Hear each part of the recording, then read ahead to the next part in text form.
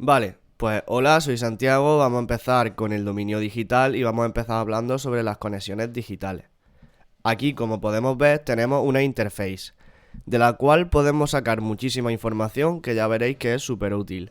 Así que, lo primero, ¿cómo se conecta algo a una interface? En el sentido, nosotros podemos conectar, como vemos aquí, o un micrófono, o un instrumento, o una señal de línea como puede ser un CD, un DVD, etcétera, etcétera, etcétera. Lo primero que tenemos aquí ya es un conversor analógico digital, porque de la señal de micrófono que está entrando a la tarjeta, que es análoga y que lo que nos transmite es voltaje, la está transformando a una señal digital, la cual va a ir al PC por mediante USB. Y recordemos que el USB es full duplex, que lo que significa es que puede dar señal y recibir señal al mismo tiempo. Entonces, un instrumento pasará lo mismo. Conectamos a nuestra entrada, porque aquí podemos ver que es una entrada combo, y pasará al ordenador de forma digital por el USB. Lo mismo que podemos ver que antes también tiene un preamplificador, porque tenemos la perilla de ganancia, tiene un botón de 48 voltios para activar el Phantom y tiene un botón de instrumento. Entonces, al fin y al cabo, aquí tenemos muchas cosas dentro de una misma diapositiva. Esta interface tiene un previo, porque tiene una perilla de ganancia, y luego tiene un conversor analógico digital que traspasa la señal hacia el PC. Y luego, ¿podéis ver aquí alguna salida analógica?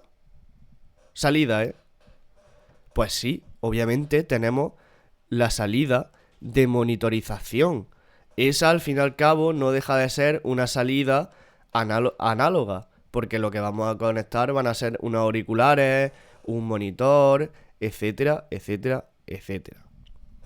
Aparte del conversor analógico digital, tenemos un conversor, como he dicho antes, de la salida análoga, un conversor digital a análogo. Porque luego lo que nos va a salir, como puede ser la monitorización, va a ser en señal analógica, y la salida de esta tarjeta que está en el culo son salidas análogas también. Entonces, por aquí hemos explicado más o menos todo lo que tiene esta interface, y todo lo único que me falta es decir que estas entradas son entradas diferenciales, porque son las entradas que cuando nosotros llegamos con un cable balanceado hacen esa resta de la señal duplicada en negativo y nos dan una señal con muchísimo menos ruido y muchísimo más estable. Vale, aquí tenemos que hablar sobre lo que es el buffer o la latencia. Esto es lo que hace trabajar más o menos a nuestro procesador del PC. Esto se basa en la explicación súper simple de mayor buffer, menor buffer. Cuanto mayor buffer, va a haber más paquetes que nuestro PC va a procesar, nuestro procesador va a procesar, y como lo estamos mandando vamos a poner un ejemplo, de 124 o mejor dicho, 128 paquetes cada segundo, pues como nuestro procesador está recibiendo 128 samples, que es la palabra que se utiliza en la explicación del buffer, le va a ser más fácil antes que le estemos mandando 32 samples cada segundo, cada segundo, cada segundo. Todo esto se basa en un cubito de agua. Nosotros tenemos una cubeta de agua y queremos llenar otra.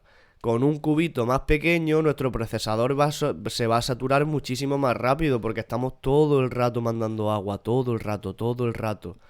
En cambio, si nosotros con un cubito más grande, en vez de mandar 64 samples, 23, 32 samples, mandamos 1024, por ejemplo, estamos mandando mucha y estamos sacando mucha más agua, y a nuestro procesador le da mucho más tiempo de procesarlo todo. Entonces, esto para los procesadores, para los DAW en los que nosotros trabajamos es un alivio. ¿Por qué?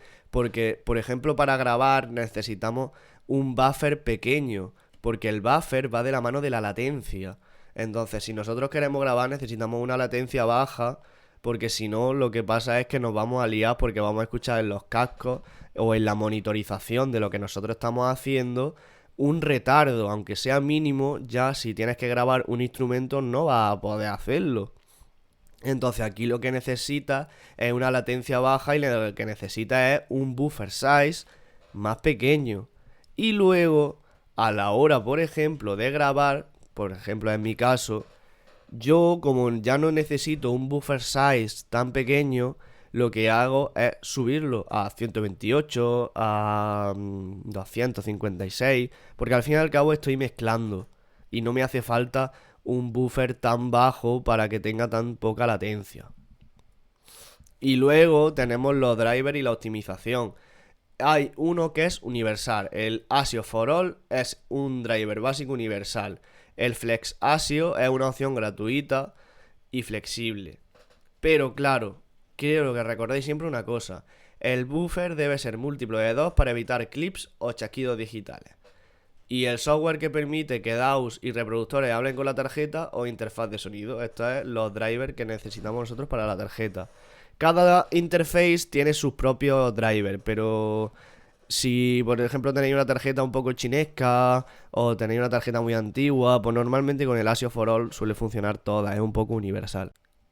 Y bueno, no por no menos importante, se me había olvidado del conexionado digital explicar los protocolos. Tenemos el ASEBU, el SPDIF, el ADAT, el MADI y el Dante. Vamos a ir revelando datos poquito a poquito.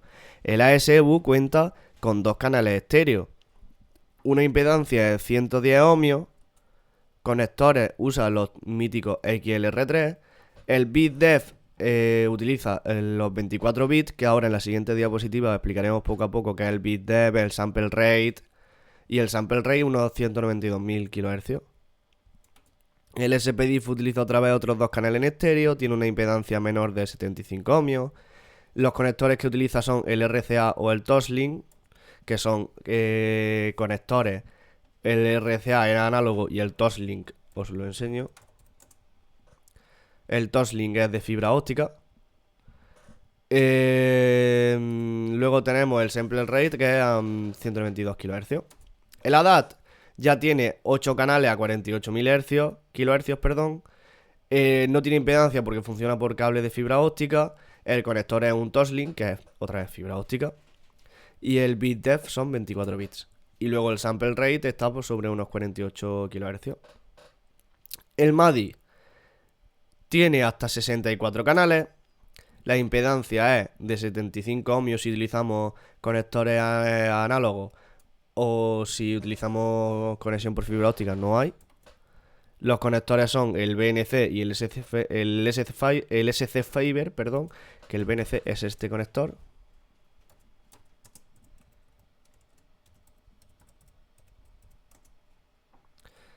Que es un conector coaxial. Luego tenemos una profundidad de 24 bits y un sample rate de 96 kHz. Luego Dante tiene más de 512 canales, una impedancia de ninguna porque funciona por red, o sea por Ethernet. El conector es RJ45, el BitDef son 32 bits, la conversión analógica digital. Vale, aquí lo que podemos ver es un transductor que es un micrófono, que este transductor ya no está transformando el SPL, la vibración, en voltaje. Y lo que estamos haciendo con esta interface, que tiene un conversor analógico digital, es convertir el voltaje, la señal que sale del micrófono, a la señal digital que va, por ejemplo, a un ordenador o a una mesa de mezclas digital a través de un USB que es full duplex. En fin, vamos a explicar esas cosas que siempre hemos visto, pero a lo mejor nunca hemos sabido, como por ejemplo qué es la frecuencia de muestreo, qué es el BitDef y qué es la conversión. La frecuencia de muestreo se divide en el eje de la X y lo que es la velocidad en la que se toman las muestras. Imaginaros una onda sinusoide. pues de esa onda sinusoide, cuanta mayor sea nuestra frecuencia de muestreo, más puntitos vamos a ponerle en esa onda y vamos a analizar y vamos a replicar digitalmente. Esta onda sinusoidal, cuanta la frecuencia de muestreo sea menor, menos puntitos vamos a poner, por ejemplo, y menos referencia vamos a tener a la hora de replicarla digitalmente. El bit depth es la precisión de cada muestra que nosotros ponemos en la onda, y la conversión simplemente es que una vez que tenemos los puntos definidos por el tiempo y la amplitud, el sistema los traduce a código binario. Una vez que tenemos todos los puntos dentro de la onda sinusoidal, la precisión, que es el bit depth de cada punto, lo que hace es replicar esa onda a código binario en 0 y 1. ¿Veis? Aquí lo veis muchísimo más fácil. El muestreo, lo que estamos haciendo en una onda, es poner puntito, puntito, puntito, puntito, puntito, puntito y puntito. Y con esta media algorítmica lo que se hace es replicarla digitalmente y convertirla a 1 a 0. Entonces, contra nuestra frecuencia de muestreo sea mayor, más puntitos vamos a poner dentro de la onda y más perfecta va a ser nuestra réplica digitalmente. Pero cuantos menos pongamos, menos precisos vamos a ser. Entonces aquí lo está diciendo, consiste en tomar fotografías, por así decirlo, instantáneas del voltaje de la señal analógica en momentos precisos. Entonces es lo que está aplicando la frecuencia de muestreo, es el número de muestras que vamos a tomar de la sinusoide por segundo. El estándar es 44.100 y en audio profesional son 48.000, 96.000 o incluso 192.000 kHz. Aquí nos encontramos a nuestro gran Nyquist, que nos dice un teorema muy importante para la conversión analógico-digital. Para reconstruir una señal sin errores, la frecuencia de muestreo debe ser al menos el doble de la frecuencia máxima a registrar. Cuando nosotros queramos registrar un sonido o una frecuencia, tenemos, antes de utilizar el conversor analógico-digital, lo que nos quiere decir Nyquist es que la frecuencia de nuestra onda de audio, la cual sea la mayor, la frecuencia de muestreo tiene que ser el doble para poder analizar todo el espectro bien, poner todos los puntitos, como hemos dicho antes, como podéis ver aquí, y replicarla en digital. Lo que está diciendo otra vez, para reconstruir una señal sin errores, la frecuencia de muestreo debe ser al menos el doble de la frecuencia máxima. Imaginaros que en el punto de la cúspide, que es el más alto de esta sinusoide, estamos hablando de que me lo voy a inventar, 43.000, me lo voy a inventar, o 100 Hz, o lo que queráis. Pues lo que estamos diciendo es que el sample rate, la frecuencia de muestreo, tiene que ser 2 veces más alta que este pico de aquí, para poder replicarla y para poder convertirla bien. Luego está la cuantificación, ¿vale? Una vez que tenemos el muestreo, debemos asignar un valor numérico a la intensidad de esa muestra. Como no podemos tener infinitos decimales, el sistema redondea la amplitud al nivel más cercano. Lo que está haciendo la cuantificación es como un mastering, por así decirlo, de la conversión. Lo que está haciendo es hacer todas las muestras que ha cogido, las está cuantificando, que las está redondeando y las está cuadrando todas para que no haya ningún tipo de problema. Está la resolución, que determina la precisión del redondeo, y el rango dinámico. A más bits, mayor diferencia entre el sonido más suave y el más fuerte. Aquí tenemos la profundidad de bits y niveles, que tenemos 8 bits, 256 niveles. 16 bits, como por ejemplo puede ser un CD, 65.536 niveles. Y 24 bits, que es el nivel profesional, 16.777.216 niveles. Cada bit adicional añade aproximadamente 6 dB de rango dinámico, porque recordemos que en el dominio digital tenemos un techo. En el dominio digital nuestro techo es el 0 y más de ahí no podemos pasar. Entonces, ¿cómo aumentamos el rango dinámico? Aumentando la profundidad de bits. Los errores de cuantización. Todos sabéis que el redondeo que se fuerza o un redondeo forzoso crea una pequeña diferencia entre la señal original y la digital. Claro, al fin y al cabo, el redondeo puede fallar. Imagínate que hay forzosamente la máquina redondea a unos niveles y eso hace una diferencia entre la señal que nosotros tenemos originalmente y la señal digital que nosotros estamos replicando. A niveles muy bajos este error suena como una distorsión áspera. Para solucionarlo se añade un díter, un ruido aleatorio de bajo nivel que linealiza el error. La codificación binaria. El valor cuantificado se convierte finalmente en una cadena de bits 0 y 1, porque estamos en el dominio digital. Y este es el lenguaje que entiende el procesador. Silencio, 0, 0, 0, 0, 0. Amplitud baja, valor cuantizado 3, 0, 0, 11. Amplitud media, valor cuantizado 7, 0, 1, 1, 1. Pico máximo 15, 1, 1, 1, 1. Todo lleno. Al fin y al cabo, lo único que estáis viendo son 1, 2, 3, 4. 4 ceros. Que estamos en silencio, los 4 ceros. Que tenemos una amplitud baja, 0, 0, 1, 1. Que tenemos una amplitud media, 0, 1, 1, 1. Si veis, se va completando. Cuanta más información y cuanta más señal tenemos, se va completando. Y luego la cadena de audio digital. Nos llega, tenemos un micrófono con una señal analógica, la cual vamos a pasar a conectar con un XLR a una interface. Esa interface tiene un previo y esa interface tiene un conversor analógico digital que va a pasar nuestro voltaje a nuestro PC o a nuestro DAW, por ejemplo. Tenemos el filtro anti-aliasing, pero luego viene el muestreo y la cuantificación. Nosotros en nuestra tarjeta podemos decirle en el proyecto, por ejemplo, de nuestro DAW, qué muestreo, qué sample rate queremos, 48.000, 44.010, y la cuantificación como la queremos, luego aparte del buffer que hemos explicado antes, etcétera, etcétera. Pero básicamente esa es la cadena y luego tenemos nuestro archivo WAV, que lo que está pasando es eso. La tarjeta y el programa están replicando según la frecuencia de muestreo que nosotros decidamos y el bit depth que nosotros decidamos. Están replicando nuestra señal de voltaje en una señal digital de 1 y 0 que nuestro ordenador puede entender. La verdad es que es un poco locura todo, pero este es el mundo del dominio digital. Vale, pues vamos a seguir con los medidores de señal en el dominio digital. Un medidor de señal es una herramienta visual que muestra el nivel de amplitud del audio.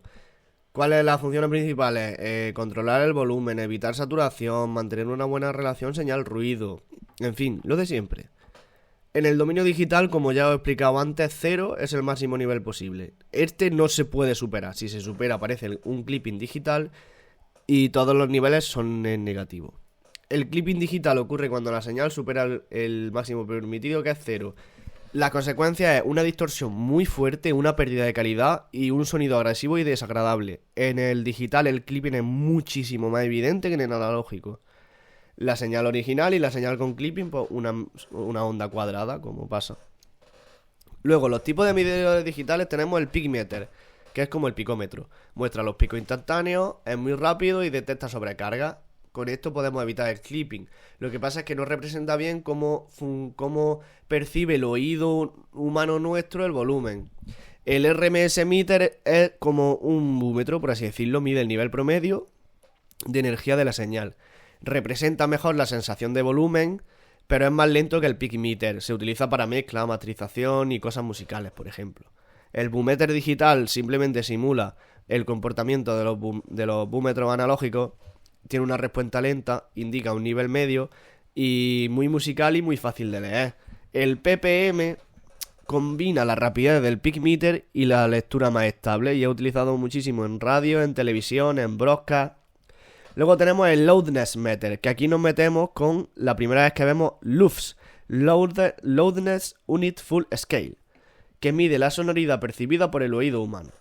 Y esto se utiliza muchísimo para Spotify, YouTube, Netflix.